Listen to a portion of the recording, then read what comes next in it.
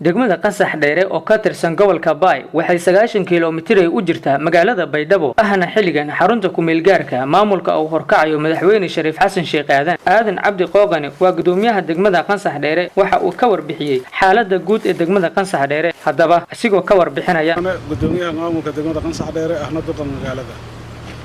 walaalkayo degmada Qansax Dheere wax shida oo hadda ka taagan ma jiraan aniga macnaha waxaan joogay July 2017 October aan joogay gudoomiyaha degmada ka ahay marka xilliga aan inaanay degmada Qansax Dheere dhibaatooyin ka jiray oo abaareed dadaalkan galay alxamdulillah ilaahay nagu guuleeyay dadaalka asaga ah waxaan ku badbaadinay dad gadan walow Allah huwa jaliil ay saddex qofood gaajo ay u dhinteen xilliga 2013 ka ahay marka haddana marxaladan soo mareynay degmada macnaha samaysan lahayn 2013 October ilaa iyo hadda waxaan ku guuleysanay maamulkay uu ku guuleysanay aniga runtii aan u ahay inaan ku xirno diyaaradaha degmada Qansax Dheere aan isku xirno bulshada maamulka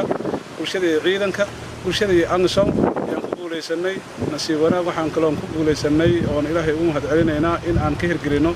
NCHOGD ay gacanta ku hayso wasaaradda caafimaadka iyo hay'adda World Vision International waxaan kaloon ku guuleysanay inaan gacan haatino oo aan keenno hay'ado gadan oo ay ka mid tahay hay'adda la yiraahdo ADRA intasoos iyo local NGO faragadan degmada waxaan ka hirgelinay insha Allah ilaahay waa ku mahadsan ilaa iyo 4900 qofood oo macnaha hadda cash work unconditional basiin hayo iyo macnaha mashaariic gadan oo hadda aan sii filanayna hadii ilaahay yiraahdo marka xaaladda guud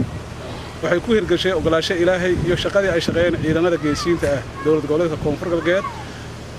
iyo ciidamada Amisom iyo maamulka bulshada iskaashanay ku hirgashay ilaahay aan ku mahadsan xilliga kan hadda waxaan joognaa ilaahay idinkii in wixii jiray oo dhibaato ah inaan ka gudubno wadankiina nabad aan ku soo dagaalno insha Allah ta'ala dadka gacagahooda isku taagaan hadii ilaahay yiraahdo gobolkii qorsaasan ku rajaynaa ilaahay tusaale ahaan